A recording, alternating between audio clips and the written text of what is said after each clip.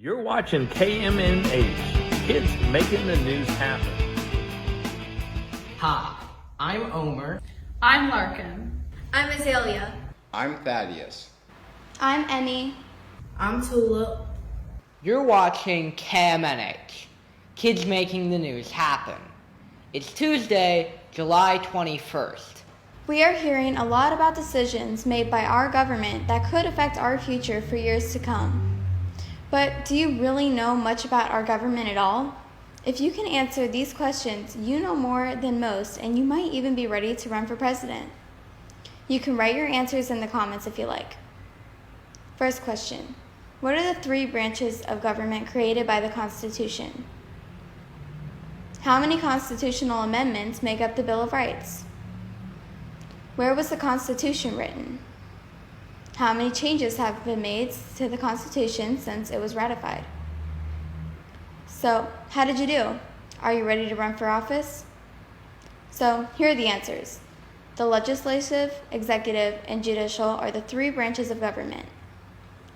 There are 10 constitutional amendments. And the Constitution was written in Philadelphia. A lot of people always think it's Boston.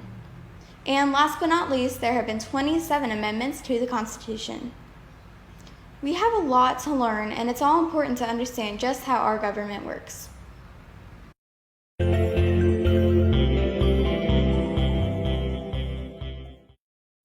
Today's word of the day is sophistication, spelled S-O-P-H-I-S-T-I-C-A-T-I-O-N.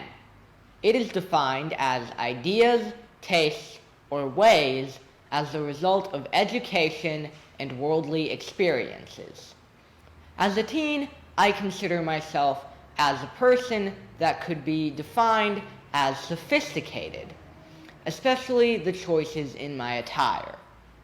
If you noticed, I'm wearing a tuxedo. We have a lot of new viewers, and I want to make sure that people realize that this is a part of my brand. Following suit, no pun intended, of many successful and sophisticated people, such as American dancer, singer, actor, and choreographer Fred Astaire. Even though my brand may not have all the talents that Fred Astaire was known for, I do have the bow tie.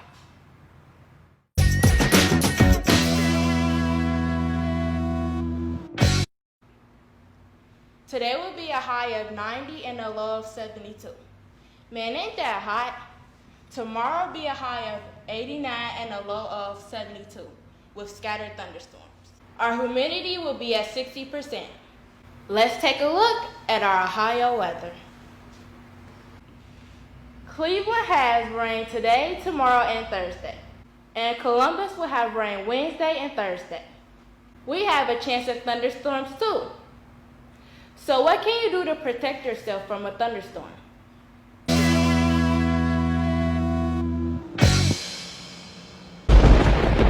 Take shelter when you see lightning and hear thunder.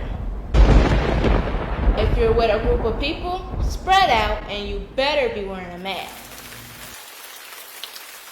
If you're in the water, head for a shore right away.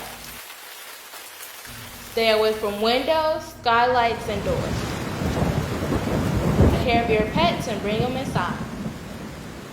Have a plan and share it with your family. I'm Tulip, and this has been your KMNH Weather Report.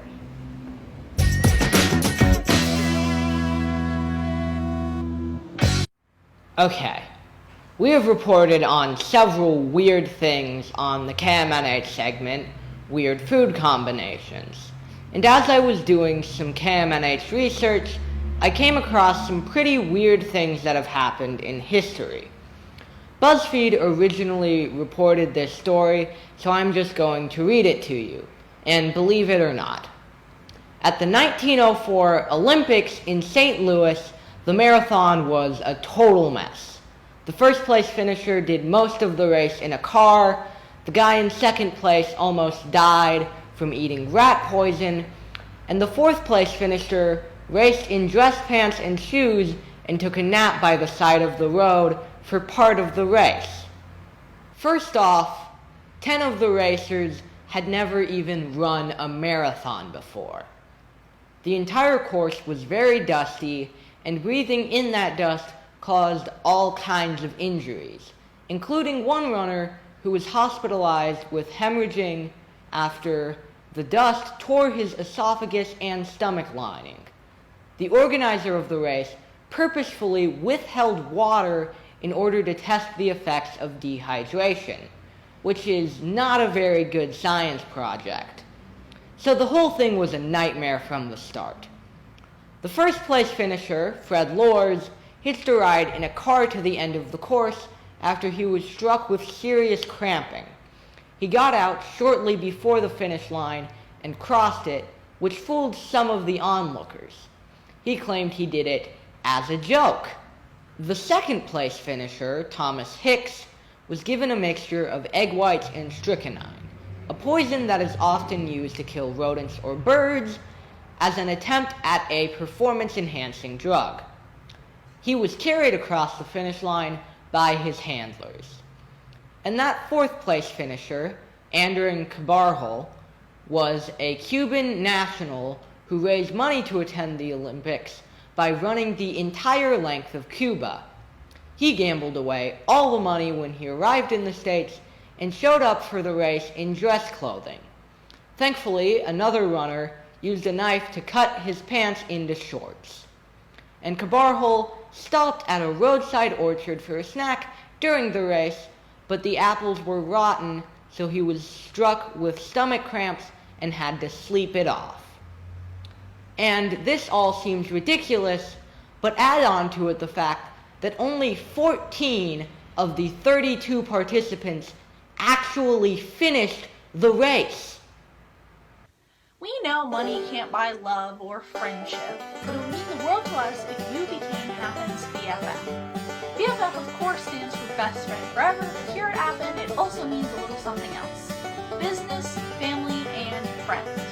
All you need to do to become a BFF supporter is make a small donation. Just go to happening.org and click on the donate link. We thank all past, present, and future BFF donors.